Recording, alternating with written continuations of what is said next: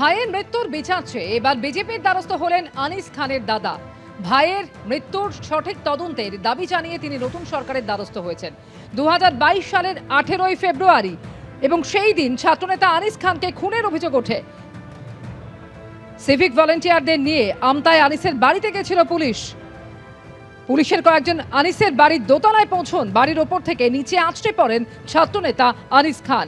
এবার নতুন সরকারের কাছে সেই ঘটনারই সঠিক তদন্তের দাবি জানালেন মৃতের দাদা।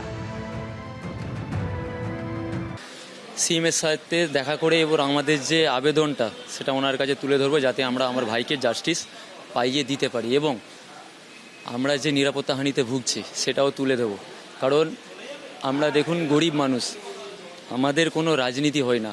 সেই সময়টাই বিভিন্ন দল বিভিন্ন এবং কি মমতা ব্যানার্জিও আমাদের একটা অফার করেছিলেন চাকরি টাকা, কিন্তু আমরা চেয়েছি আমরা বিচার। কারণ সুস্থ সমাজে বাঁচতে গেলে কেউ যদি কাউকে হত্যা করে সেই জায়গায় চাকরি বা টাকা নিয়ে যদি বিক্রি হয়ে যাওয়ায়, তাহলে পুনরায় আবার সেই একই অপরাধ মানুষ করে যাবে। দাবি আমরা এদের একটাই, জাস্টিস, এবং বিচার হবে বলতে দেখুন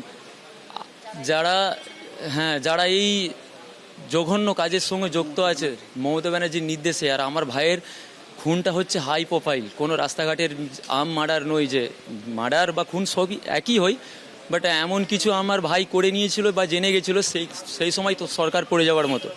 তো একটা প্রতিবাদী মুখকে মারতে গেলে তাহলে তাকে হত্যা করতে হবে।